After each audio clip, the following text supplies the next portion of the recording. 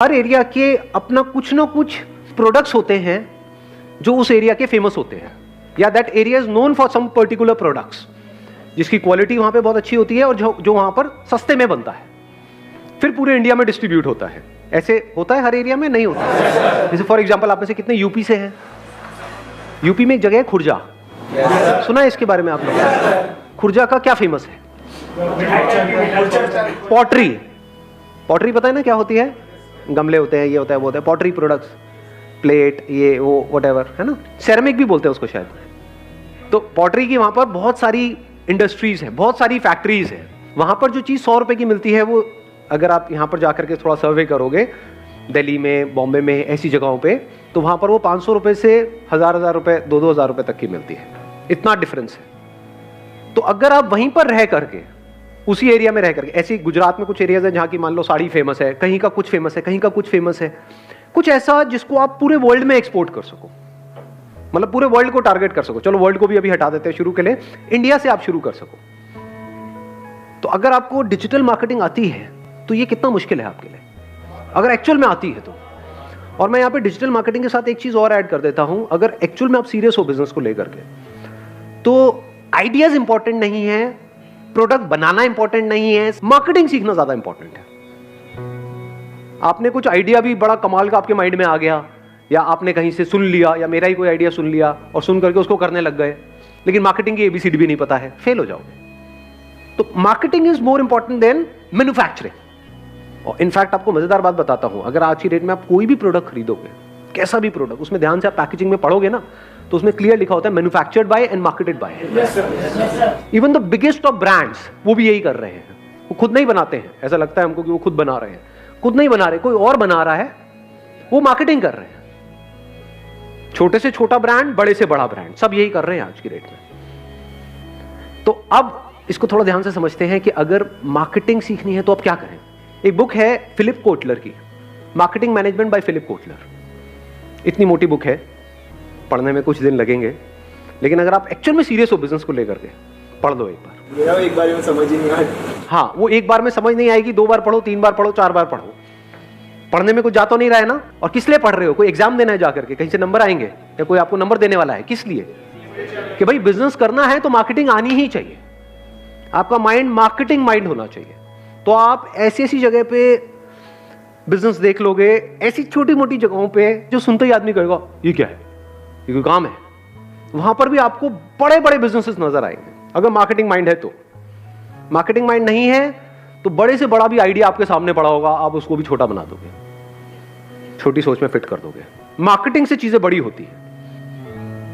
तो ये बुक आपने ले ली, चाहे इसकी ई बुक ली, चाहे फिजिकल कॉपी ली, और इसको 2 बार पढ़ लिया, 3 बार पढ़ लिया, 4 बार पढ़ लिया, जब तक ये समझ ना आ जाए। अगर ये समझ नहीं आ रही तो बिजनेस मत करो ना, क्यों कर रहे हो?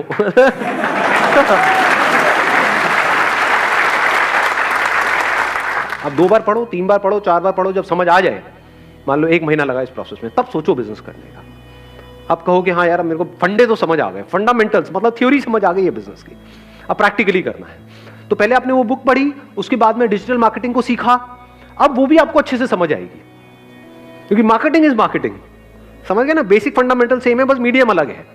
सो अब आपने क्या किया, आपने कहा कि मेरे एरिया का क्या यहां पर ऐसी चीज है जो फेमस है, प्लस सस्ता है, प्लस इसकी ऑल ओवर इंडिया में डिमांड है।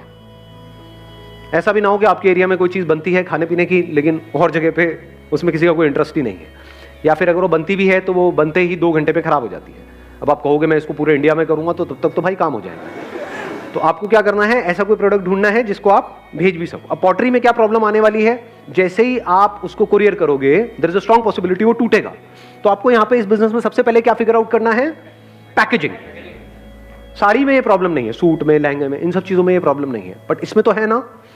तो पैकेजिंग को आपको फिगर आउट करना है, और वो फिगर आउट करना कोई बहुत बड़ी बात नहीं है, उसमें दिमाग दौड़ाना है कि कैसे मैं थर्मोकोल लगा करके ये वो इतना मोटा लगाता हूं। तो उसमें थोड़ा एक्सपेरिमेंट करके भी देख सकते हो।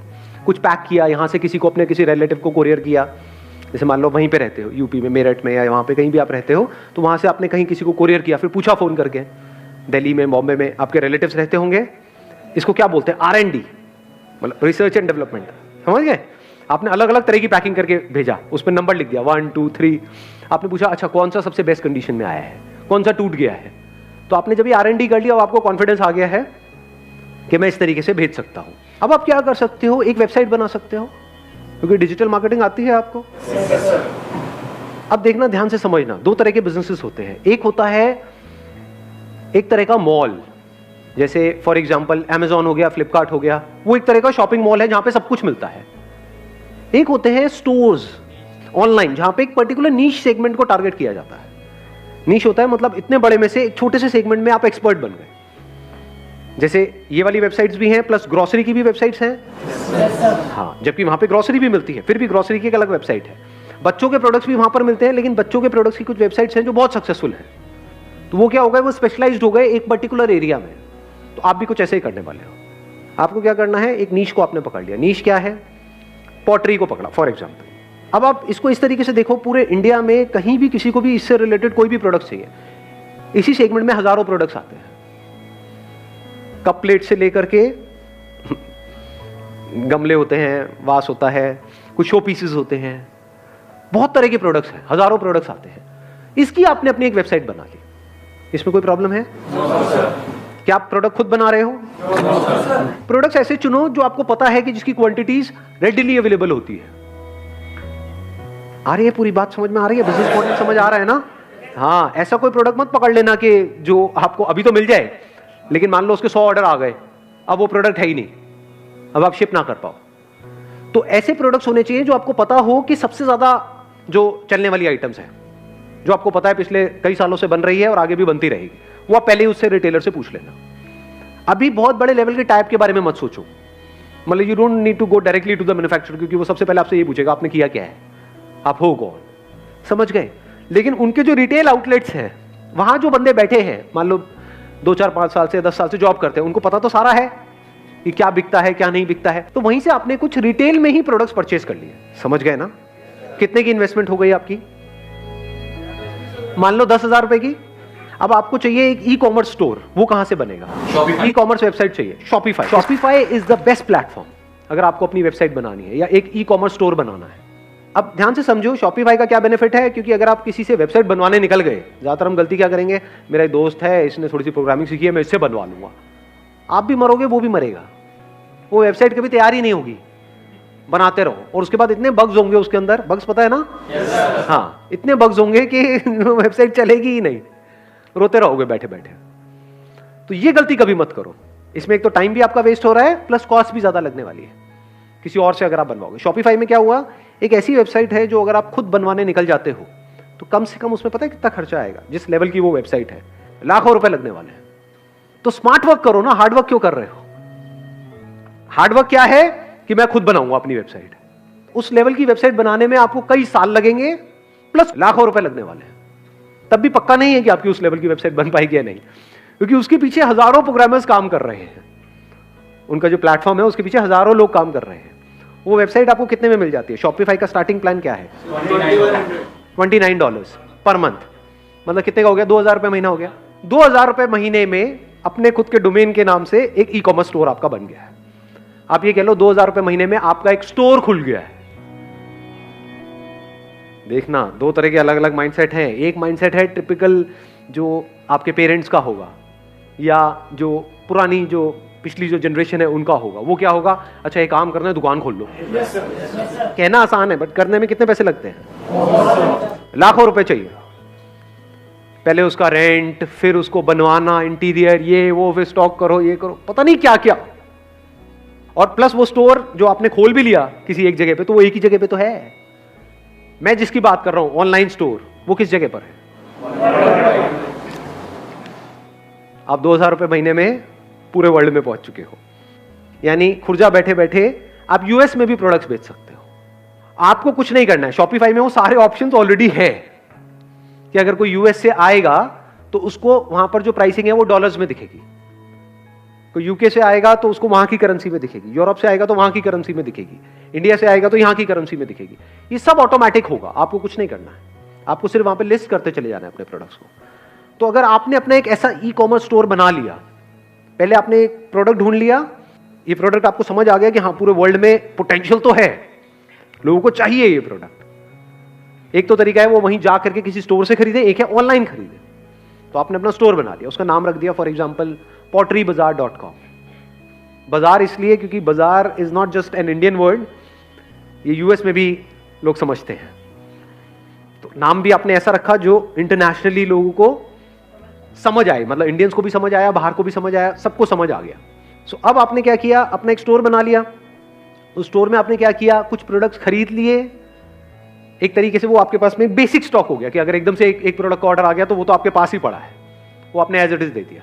50 प्रोडक्ट्स भी लिया, ऑन एन एवरेज 200 रुपए की भी आपको कॉस्ट आई, तो कितनी की इन्वेस्टमेंट हो गई? 10,000 की हो गई इन्वेस्टमेंट। ठीक है, तो 10,000 की आपने खुद इन्वेस्टमेंट कर दी। अभी क्यों कर रहे हो अपनी जेब से? ताकि जब आप जाओ किसी मैन्युफैक्चरर से मिलने तो उसको कोई दिखाने के लिए भी तो होना चाहिए ना, समझ गए? नहीं तो एकदम से आप उठ करके चले जाओगे, वो कहेगा अच्छा क्या करने वाले हो, ये करने वाला हूं, कहाँ है कुछ दिखाओ।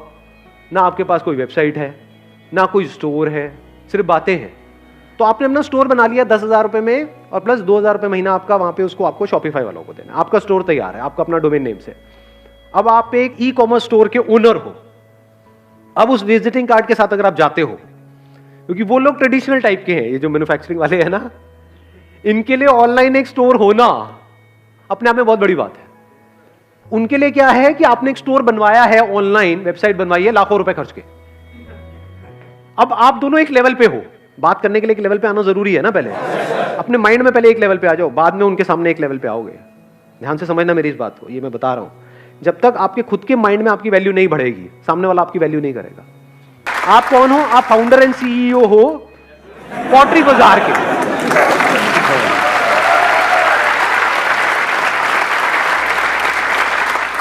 आप अपने ही उसमें उनके प्रोडक्ट्स को इंटीग्रेट करके आप सब कुछ करोगे। आप उनसे प्रोडक्ट्स खरीद रहे हो, उनको उनके पैसे दे रहे हो। कब खरीद रहे हो? जब बिक रहा है। जैसे जैसे आपका स्टोर बनता चला जा रहा है, मानो 10-20 हजार रुपए में आपका स्टोर पूरा तैयार हो गया।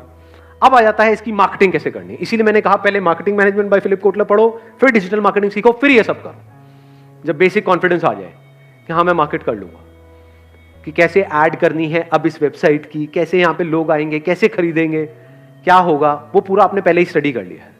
प्लस आप क्या कर सकते हो, ये तो हो गई आपकी अपनी वेबसाइट। अब आपके पास अपनी वेबसाइट है तो अब आप Amazon को, फ्लिपकार्ट को भी अप्रोच कर सकते हो। क्योंकि आज की डेट में क्या हो गया है, लाखों लोग हो गए हैं जो वहां पे अपने प्रोडक्ट्स बेच रहे हैं इन ई कॉमर्स प्लेटफॉर्म्स पे। आप में से भी बहुत सारे ऐसा काम कर रहे होंगे। कितने कर रहे हैं? Amazon देख रहे हो, यहां पर भी इतने लोग बैठे हैं, तो बहुत लोग ऑलरेडी कर रहे हैं। तो पहले शुरू में क्या हुआ था, कोई भी आता था तो वो उसको अलाउ कर देते थे।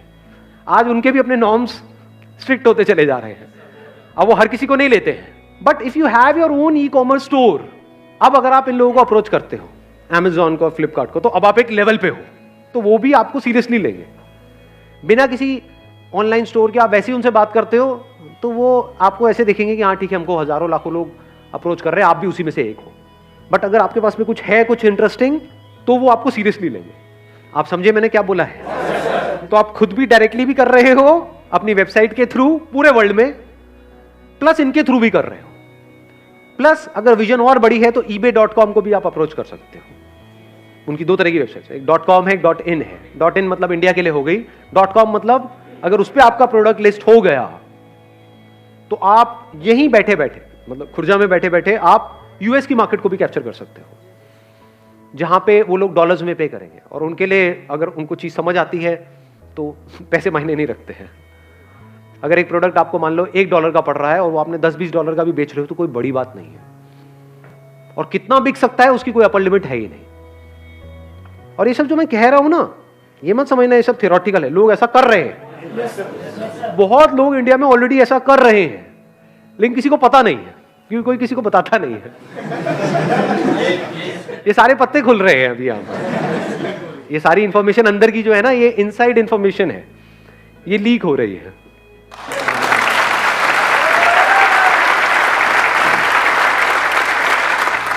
तो अभी बिजनेस मॉडल समझ आ गया है, आपका एक स्टोर बन गया potterybazaar.com, और प्लस आपके और स्टोर्स खुल गए हैं और अलग अलग ई कॉमर्स जो पॉपुलर जो वेबसाइट्स हैं जो बहुत बड़े लेवल पे ऑपरेट कर रही है, वहां पर भी एडवर्टाइजिंग के ऑप्शंस होते हैं। कि जैसे ही वहां पे कोई मान लो कप प्लेट सर्च करेगा तो अब वहां पर भी Amazon पे भी ऐड कर सकते हो। एक है नॉर्मल लिस्टिंग में आ रही है, क्योंकि जैसे कोई कप प्लेट वहां पे सर्च करेगा हजारों प्रोडक्ट्स आ जाएंगे। तो वहां पर भी आपको टॉप पे आना है, क्योंकि ई कॉमर्स का सीधा सा फंडा है, जो दिखता है वो बिकता है, इसको याद रखना। अगर आपका जो प्रोडक्ट है वो मान लो 100वें पेज पर है तो किसी को नहीं पता, जंगल में मोर नाचा किसने देखा, किसी ने नहीं देखा।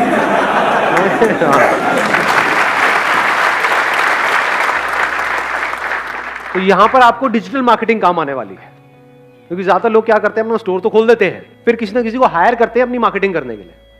अब जिसको हायर करेंगे वो और भी 20 बंदों का काम कर रहा है, तो वो ज्यादा एफर्ट लगाएगा, या आप खुद करोगे तो ज्यादा एफर्ट लगाओगे। समझ गए ना स्ट्रेंथ? इसीलिए मैंने शुरू कहां से किया था, मार्केटिंग, डिजिटल मार्केटिंग, और फिर अब आप इस पूरे डिजिटल वर्ल्ड को कैप्चर करते चले जा रहे हो। यहां पर लोग ऑलरेडी इस बिजनेस मॉडल के थ्रू कितना कमा रहे हैं, कुछ आइडिया है? महीने का कितना कमा रहे हैं? लाखों और करोड़ों। मैं कमाई की बात कर रहा हूं, सेल की बात नहीं कर रहा हूं। लोग ये जो बिजनेस मॉडल मैंने आपको बताया है, इसके थ्रू लाखों करोड़ों रुपए ऐसा नहीं कमा सकते हैं, हजारों लोग ऑलरेडी कमा रहे हैं। और पूरे वर्ल्ड की बात करूं तो लाखों लोग महीने के लाखों रुपए इसके थ्रू कमा रहे हैं। तो किसी का दिमाग बंद होगा तो वो क्या कहेगा, मुश्किल है। दिमाग खुला होगा तो वो क्या कहेगा, अरे जब लाखों कर सकते तो मैं नहीं कर सकता क्या, मैं इतना क्या गुजरा हूं क्या।